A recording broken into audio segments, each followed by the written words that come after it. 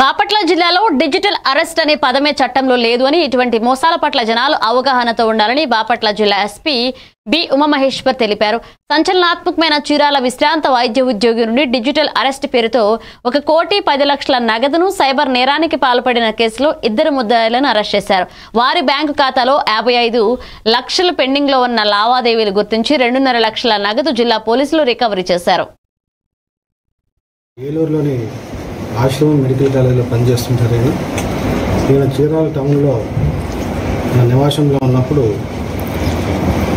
అదేవిధంగా మా cyber crime సంబంధించినటువంటి డెడికేటెడ్ టీమ్ ఇన్స్పెక్టర్ ఎవరైతే సైబర్ విభాగం ఇన్స్పెక్టర్ వీళ్ళందరూ కూడా ఇమీడియట్గా ఈ క్రైమ్ డిటెక్షన్కి సంబంధించి మేము ఆదేశించినటువంటి సూచనల మేరకి ఇమీడియట్గా రంగంలోకి దిగి ఈ క్రైమ్ జరిగినటువంటి విధానాన్ని, క్రిమినల్స్ వాళ్ళు థ్రెటన్ చేసిన విధానం, ట్రాన్సాక్షన్ జరిగినటువంటి విధానం, ఇవన్నిటికీ వాళ్ళు కాల్ చేసినటువంటి కాల్ నెంబర్స్, వీటన్నిటిని కూడా అనాలిసిస్ చేస్తూ సో బాధితుడి బ్యాంక్ నుంచి ఇంపార్టెంట్ ఫస్ట్ లేయర్ ఆఫ్ అక్యూజన్ని మనం త్వరితగతిన స్పందించడం, నేరం ఈ డిజిటల్ అరెస్ట్కి సంబంధించినటువంటి సైబర్ ఫ్రాడ్ రిపోర్ట్ అయినటువంటి డే 1 ఇట్ సెల్ఫ్ నుంచి మన టీం వేగంగా స్పందించి పనిచేసి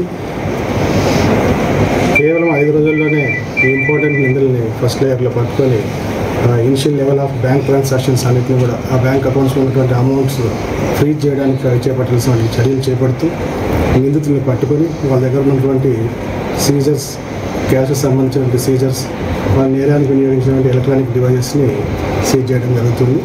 నిందితులను ఈరోజు మెజిస్ట్రేట్ ముందు ప్రొడ్యూస్ చేసి రిమాండ్కి పంపడం జరుగుతుంది. వాళ్ళ